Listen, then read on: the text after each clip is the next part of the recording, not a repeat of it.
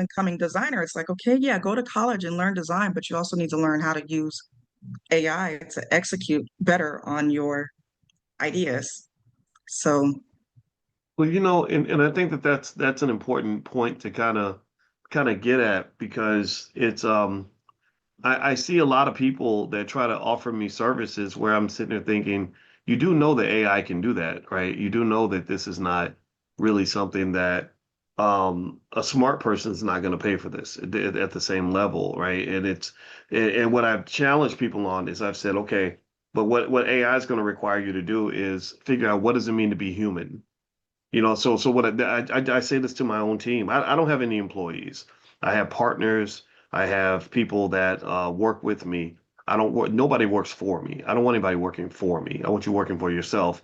But I want our incentives aligned so that we can support each other, right? And one of the things I talk to my partners, team members, coworkers about is I say, um, don't come to me with something. Don't come and try to lie to me and pretend like something took 12 hours to do when I know AI can do it in 30 seconds. Like, let's not play that game.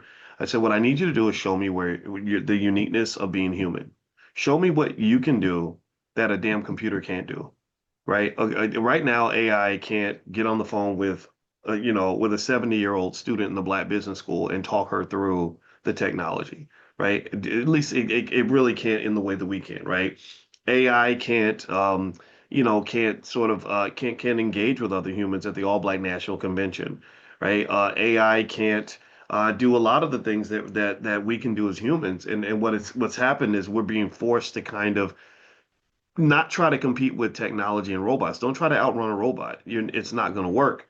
But what you do is you do things the robot cannot do. And so in a way, it's like when you think about because here's the thing. Here's another interesting stat. In the when railroads came along, I think that the amount of money that was spent to develop the infrastructure for railroads was about 6% of gross domestic product, 6% of GDP. When the internet came along, the amount of investment to build the infrastructure was about 4% of GDP. For AI, the amount anticipated that's going to be spent to build the infrastructure is like 16% of GDP.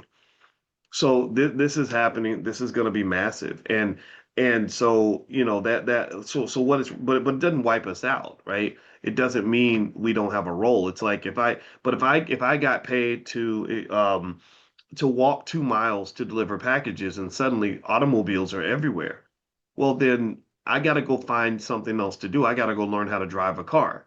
Because to say, because so it doesn't mean I'm not relevant. It just means I have to do something that's going to make me more productive, right? So instead of me saying, hey, it took me 2 hours to walk these 2 or 3 miles, I can say, no, I drove these 3 miles and it took me 15 minutes or whatever, right? So the pivoting, which thank you, Candace, I agree with you 100%. It seems like that's what's necessary. And I want to ask you this about this. Another trend with AI is they said there's a rise of AI augmented workers. These are workers who know how to use AI. They're becoming more productive, and this is creating a widening pay gap between workers who know AI and the ones who don't. What are your thoughts about that? so when we say widening pay gap, is it that the pay is becoming like less, or is it more for, the same titles? I think that what's happened is that the worker who knows AI is in much higher demand than the one who's not.